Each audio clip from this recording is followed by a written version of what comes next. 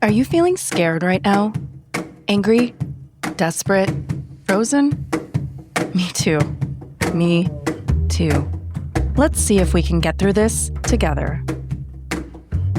You're listening to The Creative Imposter. I'm multimodal content director, podcast storyteller, and impact producer, Andrea Klunder, and I'm here for you, the forward-thinking creator who is doing your very best to cultivate a world we want to live in, aligned with your values, your vision, and your dreams. And sometimes that mission feels harder than others. I never meant for The Creative Imposter to be topical or temporal. I wanted evergreen conversations with creators about how they overcome insecurities and doubts to do the work they were born to do. But this news cycle, this abomination of an administration in the United States is getting in my way. I don't feel very creative, and that's the least of my worries. I have felt so stuck about what to say or do while feeling also some sense of responsibility to say something. In this moment, I'm actually reading what I wrote moments ago as a stream of consciousness just to get these swirling worries out of my head so I can see more clearly. You know how they say we each respond to threat in a different way? Fight, flight, freeze, fawn. I still don't get that fawn one. I used to think that I was a fighter. One time in my undergrad years, I had a terrible fight with my at that time boyfriend. In a rage, I stormed out of his house and stomped off into the night toward my own house, about a 15-minute walk past an unlit, unfenced cemetery. As I was passing the cemetery, I heard a rustle on the hill behind me. I was not alone. In a flash, I spun on my heels, my hands curled into fists, and screamed, "Leave me the fuck alone!" I was ready to beat whoever it was down. But it was actually my boyfriend, who, though angry, was worried about me walking home alone so late and was trying to follow me for safety without me knowing. He's lucky I yelled before I struck. But now, here we are. The nation is under threat. We, the American people, citizens, are under threat from our own increasingly unpopular government. And I don't know how to fight. I keep seeing posts on social of people saying, we have to resist. We have to speak out. We have 400 days to turn this around. We have more power than we think. But do we? It's like, no matter what is obvious, no matter what these people do, no matter how illegal their actions are, no one can stop them from devastating everything that was, though not perfect by any stretch of the imagination, pretty good about America. Yeah, I'm talking about freedom of speech. Yes, I'm talking about voting districts. Yes, I'm talking about satire. Yes, I'm talking about separation of church and state.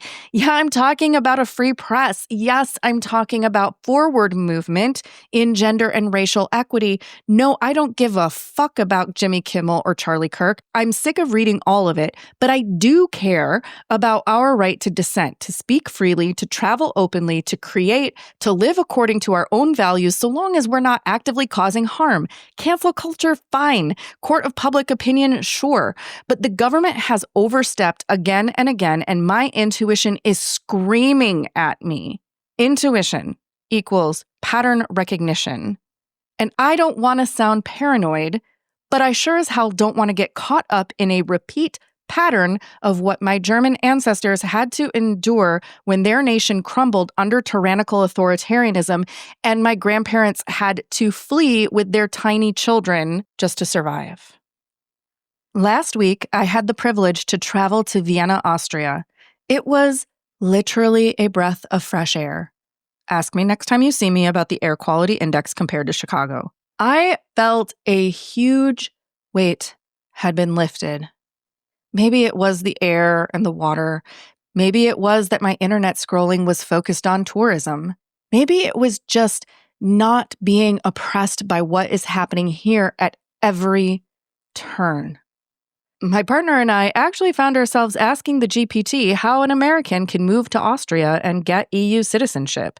Now, my IG feed is filled with American expats teaching me how to get the hell out of the United States while we still can. In fact, the caption that caught my eye was, "The new American dream is leaving." Is it that time?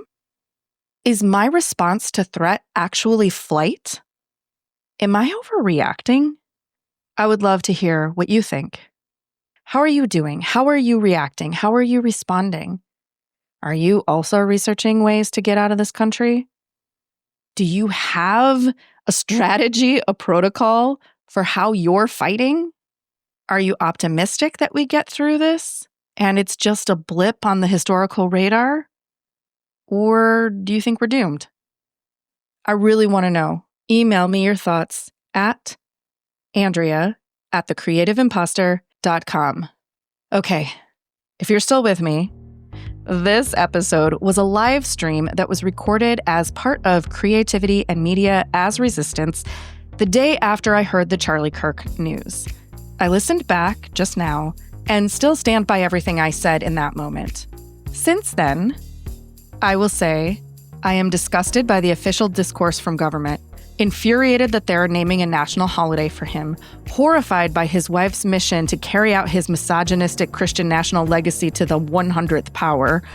But this episode isn't really about him or her or them. That's not my area of expertise. That's not my mission. It's not what this show is about. It's about us as creators and as compassionate, clear-minded humans and how we respond in times like these. So, my original plan for today, for this series for you, was to give you volume 3 of a particular type of episode that I've been running on this series, which is 3 things for your creative resistance toolkit. That was the plan. But if you have been on social media at all, anywhere in the last 24 hours, you must know by now that right-wing activist Charlie Kirk was murdered at a university event yesterday. And politicians, the internet, people, trolls, influencers, everyone has gone wild on both sides of the aisle with accusations, cries for justice, and in some cases, frankly, more violence, pleas for better gun control, celebrations over the, quote, poetic justice of one who dismissed gun deaths and school shootings as a necessary price to pay for the Second Amendment, dying by gunshot, crazy comment sections, and reminders that in the very same day, there was yet another school shooting, less publicized than this dude, and reminders about the recent murders of Democratic government officials who were killed in Minnesota without so much of a bat of an eye from the federal administration.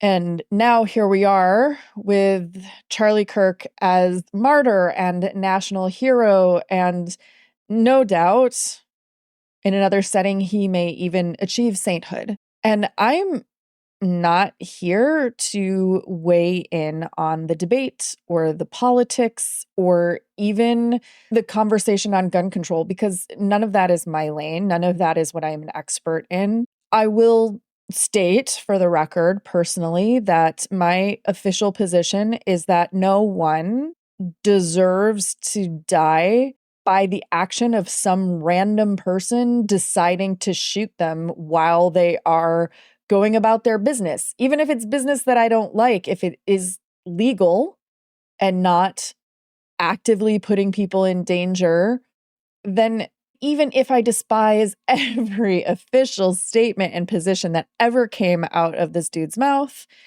yeah, it's still not right. It's not the world that I want to live in. What I am interested in is you. I'm curious how you are reacting to this news, and you don't even have to tell me. This is more for you than it is for me. I'm curious how you're reacting, or whether you're so desensitized to the gun violence, the shootings, the media coverage, and to the political theater, for lack of a better term in this moment, that's been going on this whole year, maybe even before this year. How are you reacting to all of this? Because that is my lane. You as the creator, I'm concerned. Regardless of where you land on these topics or how you're feeling, believe me when I say I am not judging you. But I am thinking about you because your visibility, your voice, your mission, your beliefs as a creator, as an individual who is out there doing work in the world and putting yourself out there, that is my lane. This whole creativity and media as resistance series has been my attempt to embolden, uplift, and cheer you in a grounded way to speak up for your values and cultivate the world that you want to live in. But I want you to do those things not at the expense of your own well-being. And generally, when I talk about that, I mean mental and emotional well-being. But in this case, in this moment, in this world, today, I am also thinking about physical safety. I'm going to give you a confession, which hopefully all friendly people are watching this response from me, which is my own reaction yesterday when I came across this news. My first reaction was shock and horror. And then as I kind of scrolled on social for a bit, I will admit to feeling this sort of perverse rush of satisfaction from the comments section, talking about how horrible of a person he has been and how what he has said about gun control and gun violence and shootings. It lasted only for a few moments, and then my own sense of humanity kicked back in. I returned to my senses. And then shortly after that, Jen Briney, who has been on this very series recently, the producer and host of Congressional Dish, posted a short public video to Instagram, but more importantly, a private video to those of us who are producers of her show, meaning that we contribute to the production of Congressional Dish and have sort of a green room area where she can post more personal messages to us. And she posted a video of her reaction, which slammed me back into a harsh truth and a reality check, which is that not everyone, okay, no, let's not say that. Folks who she knows and who know of her were sending her memes about what had happened, or like thinking that she would think it was funny or some kind of justice or something like that. And her plea was, please stop sending me these memes. I do not feel that way. I am not with you on this. And, what she shared is behind the paywall for a select grouping of people who have a commitment to her vision, her show, and the work that she's doing. So I'm not going to repeat what she said, but what my takeaway is, or what landed with me, is what I will share with you, which is that basically her job as a podcast creator, as a visible person who talks about what happens in Congress and in our government, who calls things out, who states opinions, who isn't afraid to share her viewpoints of what she thinks is right and wrong in a very public way, that her job essentially is the same as his, though she didn't have as much notoriety, visibility, media attention, compensation, et cetera, et cetera. And maybe her viewpoints are not as controversial as his, but you never know what somebody is going to internalize.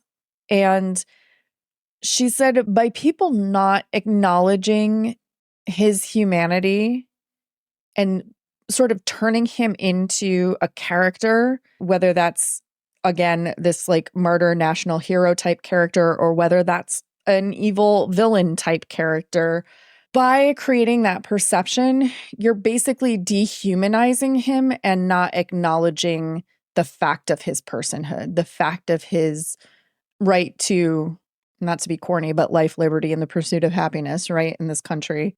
And that if you are okay with that, then that is also how you think about her. And clearly, I know her personally. I did not know Charlie Kirk personally. Clearly, I don't agree with everything Jen says and every opinion that she has, but for the most part, we're aligned in our values, in our vision. I view the work that she is doing in the world as positive, as a service, as moving society in the right direction.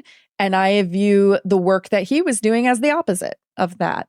And yet, I do not want either of them to be at personal safety risk for doing that work, for being visible, for stating their values. That is not okay. Further, I saw a quick reaction post from someone I follow named Molly McPherson. Molly has a podcast called the PR Breakdown Podcast, and she's also very active on Instagram and TikTok. She's a crisis communicator and PR strategist, and I love following Molly because her coverage is analysis not of the thing itself, but of the communication, the official communication surrounding the thing, the media surrounding the thing, the social media commentary surrounding the thing. And of course, this just happens, so she doesn't have like a full analysis of it yet, but her initial reaction was, oh my God, the students at this college who were there in attendance and who were filming on their personal phones and devices, because it was a significant event, regardless of what side of the aisle that they are on, supporters or critics. And they were the first media responders, so to speak. They were the ones filming it with the footage on their personal devices of this horrible thing.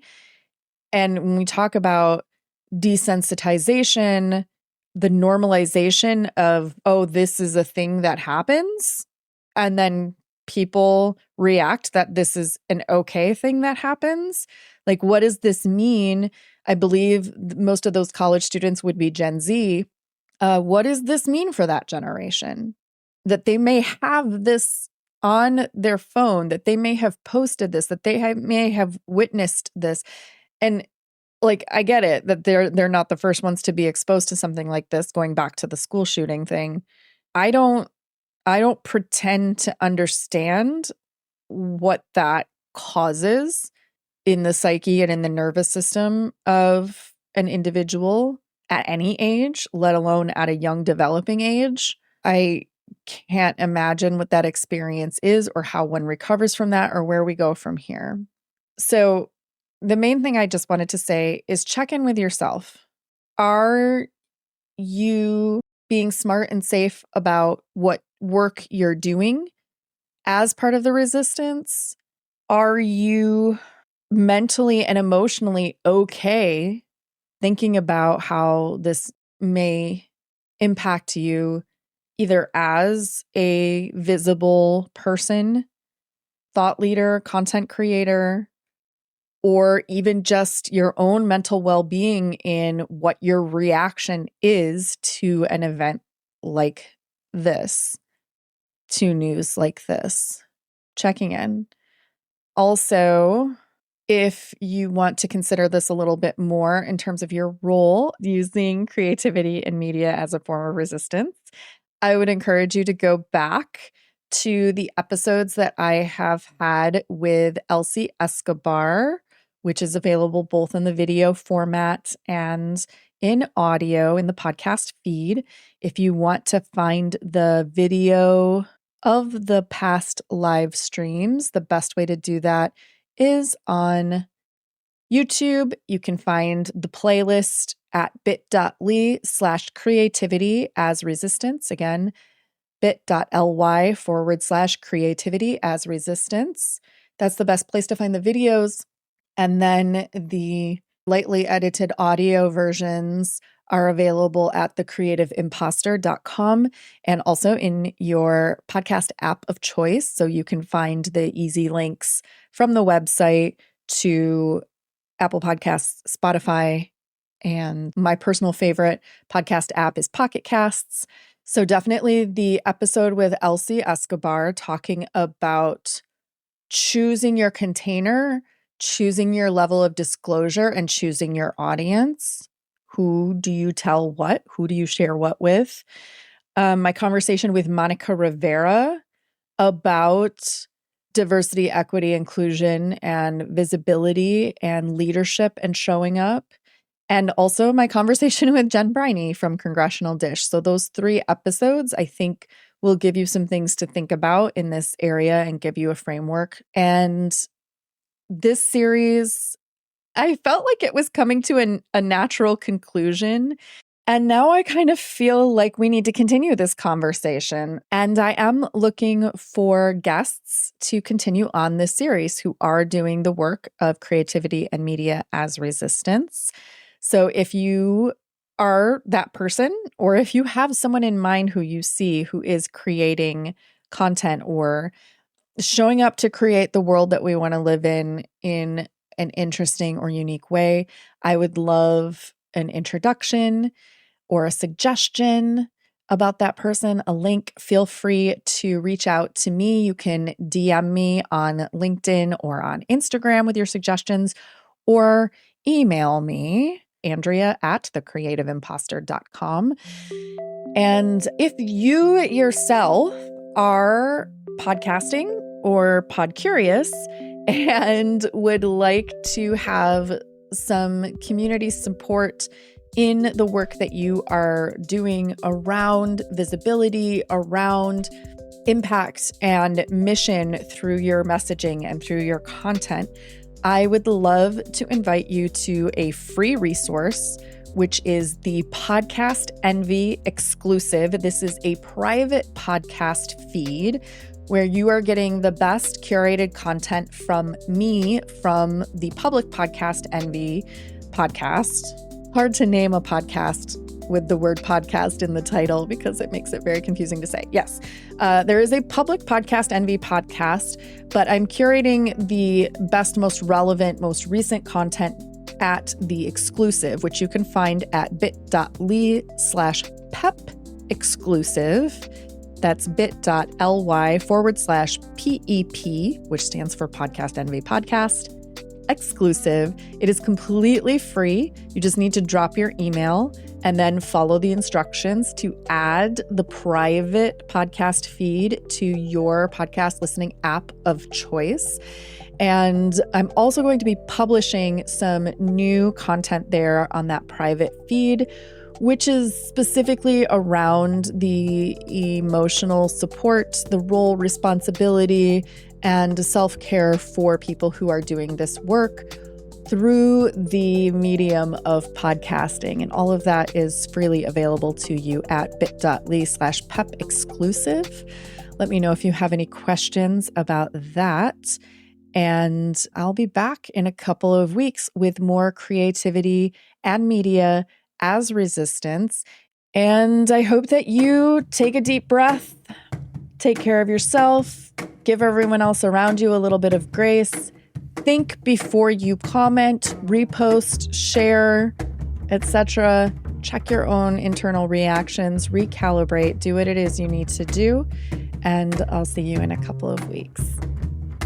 The Creative Imposter is produced, hosted, and edited by me, Andrea Klunder. Our theme music is by Jovia Armstrong. To learn more about how the Creative Imposter Studios can help you with your audio-forward content strategy or production, visit thecreativeimposter.com and get the skinny on how to navigate these times as a podcaster. Sign up for the Podcast Envy exclusive secret podcast feed at bit.ly/PEP exclusive.